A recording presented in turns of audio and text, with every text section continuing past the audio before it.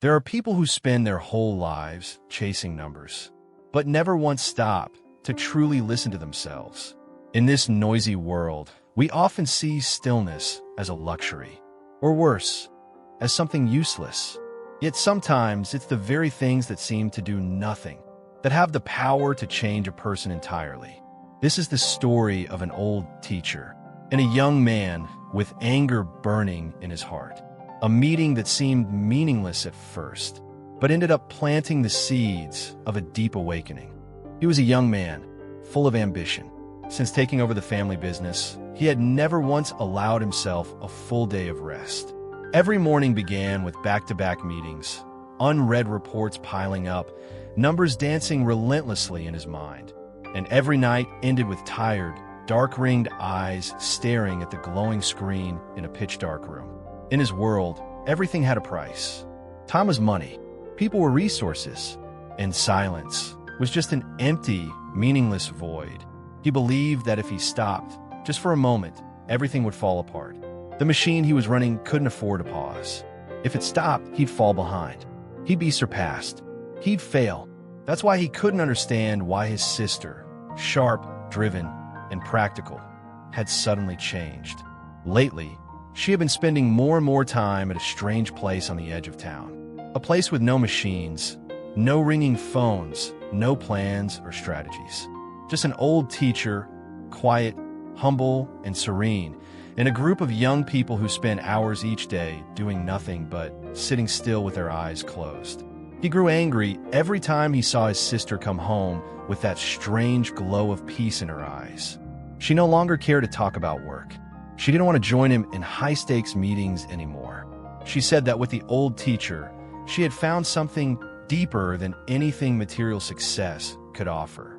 To him, those words were an insult. What could possibly be deeper than money, status, and achievement? To him, her time with that meditating old man was nothing but a ridiculous waste. None of it added any value to her career. None of it helped her future. He felt betrayed, like the old man was stealing the people he cared about, leading them into a dream world where no one had to be responsible, no one had to bear the weight. And so, on a cloudy afternoon, he decided to meet the old teacher. Not to understand, but to shut it down. Not to listen, but to teach him a lesson about reality. At that moment, his heart held only one thing: anger. That afternoon, the sky hung heavy with clouds, and the wind whispered through the old trees, as if nature itself could feel the storm brewing inside the young man's chest. He walked down the path leading to the small house where the old teacher lived. A modest home nestled in a quiet garden. No sign, no promotion, nothing that looked remotely valuable in his eyes. But that didn't matter. He wasn't here to admire. He was here to confront. Every step he took carried the heat of judgment. In his head, angry questions echoed. Who are you to change someone so completely? What gives you the right to teach people to slow down? You really think sitting still can save anyone? As he stepped into the garden, he saw a few young people sitting quietly under the trees. Their faces were calm, so calm it irritated him. For a brief moment, he felt as though he had stepped into another world. A world without rush, without fear. But the discomfort inside him quickly smothered any sense of awe. He didn't need this fake peace. He needed answers. And then he saw him, the old teacher, seated on a worn wooden bench, eyes gently closed, his breath slow and steady. Not a word, not a movement, only presence, solid and unmoving like a mountain. And somehow, that made the young man even angrier. How could someone sit still in the middle of life and not feel guilty? How could anyone be so calm in a world that never stops spinning? He stepped forward, fast and firm. His heart pounded, his chest tightened, ready to explode. He was about to speak, something sharp, something full of reason and fury. But standing in front of the old teacher, every word he prepared suddenly vanished. Nothing came out. Only a nameless rage remained.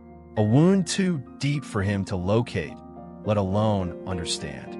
In that moment, he grabbed the cold glass of water sitting on the nearby table, and, without thinking, threw it straight into the old man's face. A harsh act, sudden, ignorant, The whole garden seemed to freeze. Everyone was stunned. But what shocked them most was not the young man's action. It was the old teacher's response. He simply reached up, wiped his face gently, and smiled. Not with blame, not with anger, not with mockery, just a simple, peaceful smile.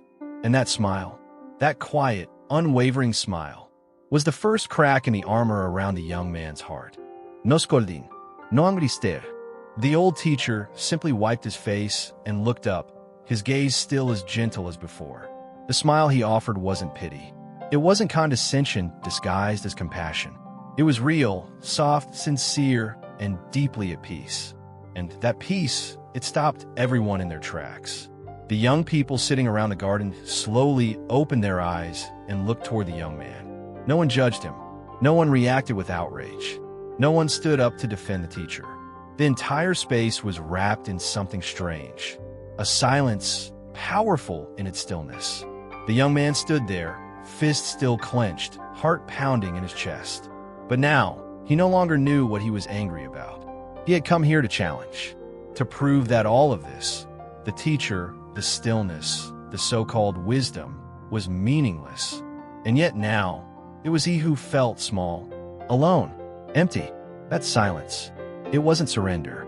It wasn't apathy. It was like a mirror, reflecting everything inside him with painful clarity.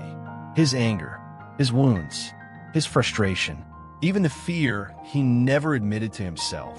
All of it exposed in the stillness where no one said a word. And because no one reacted, he couldn't run from it. He began to feel disconnected from his own actions. That cold splash of water, meant to strike with power, now felt like a wound turned inward, a blow to his own pride. He had tried to overpower the old man with brute force, but it was the old man's lack of resistance that disarmed him completely. The teacher said nothing, but in his eyes, there was a quiet message. I see you. I'm not angry. You're hurting, and you don't even realize it. The young man stood still, shoulders slowly sinking. The fire in his chest dimmed. The pride in his stance unraveled. He turned to leave, wordless. But inside, a storm had begun to rise. He couldn't name the feeling. All he knew was that something had just crumbled, and something else had quietly begun. That night, he returned home in a state he had never known before. It wasn't the satisfaction of someone who'd just taught a lesson. It wasn't relief from finally unleashing his anger. What he carried with him was a quiet, gnawing unrest, like an undercurrent rushing violently beneath a still lake. He stepped into his room, shut the door, and sat in the dark for hours. The laptop screen still glowed faintly, spreadsheets half-filled. His phone buzzed with notifications, meetings, numbers, updates. But for the first time in years, he didn't care. In his mind, there was only one thing. The old teacher. That gaze. That smile. That silence, so powerful it wouldn't leave him alone. Why didn't the man react? Why did he smile? Why did he, a man who always won every argument, suddenly feel like a foolish child? The night dragged on slowly. He tossed and turned, unable to sleep. A deep restlessness clung to him like a shadow. He couldn't explain what he was feeling. It was strange and yet so real. Could it be that he was wrong? Could it be that the peace his sister found wasn't an illusion?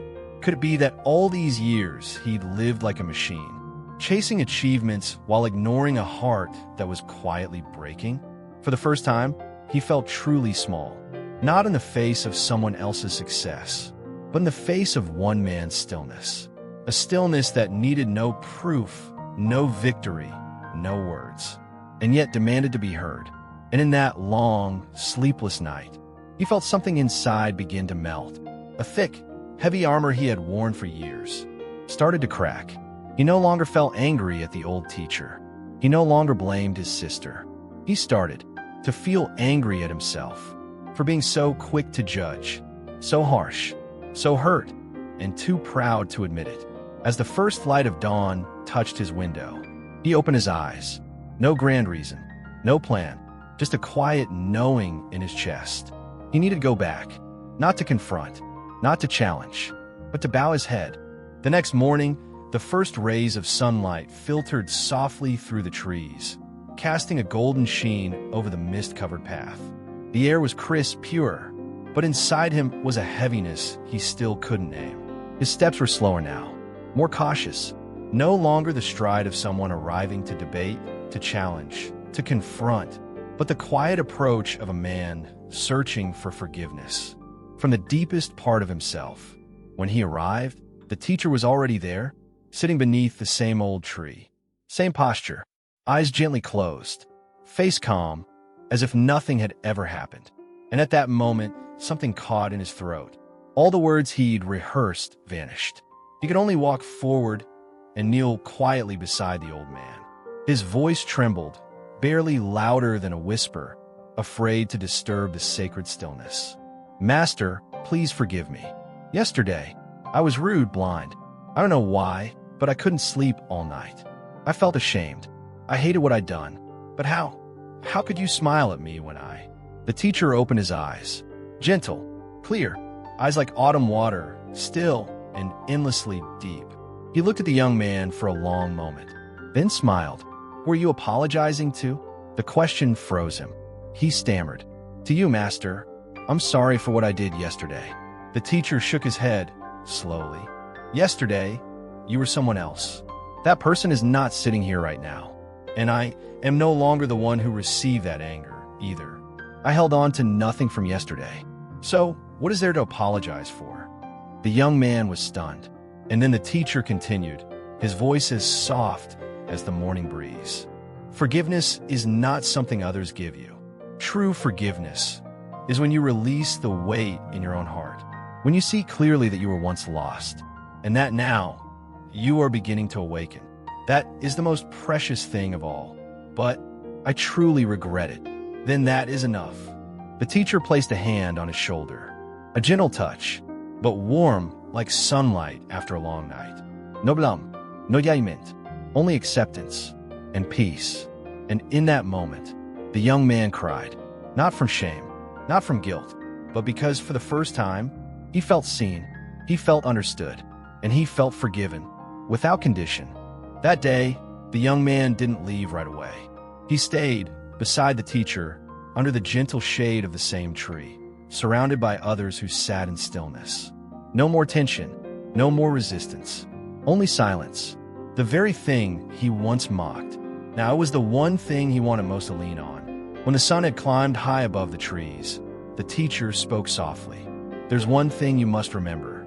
True forgiveness doesn't happen when they admit their wrongs.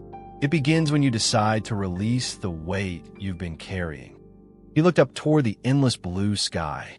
Forgiveness is not charity. It's not about being the bigger person. It's liberation. For the other, yes, but above all, for yourself. Because when you hold someone's mistakes tightly in your heart, you're not punishing them.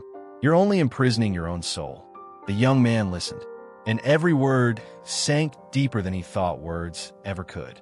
Then the teacher placed a hand over his own heart and said, "It's the same when you forgive yourself. Don't carry your guilt forever. Remorse is necessary, but self-punishment, that's never the answer. Guilt, if you hold it too long, becomes a chain that keeps you from moving forward." He paused, learned to see your mistake clearly, then let it go with sincerity. Because forgiveness is the greatest gift one can give to oneself. The young man nodded slowly. His eyes gleamed, like the world had just cleared after a long, hard rain. In that moment, he understood. The most precious thing the teacher had given him wasn't a lesson spoken aloud. It was the silence from the day before. A silence that didn't judge, didn't reject, but instead opened a doorway for a lost soul to find its way back. That day, he walked away a different man. No longer the young warrior full of rage and pride, but someone quieter, more aware, and far, far lighter. And deep inside, he knew this would not be the last time he returned to that place. Because some lessons are not found in books. They live in gentle eyes, in powerful stillness, and in the kind of forgiveness that never needs to be spoken aloud.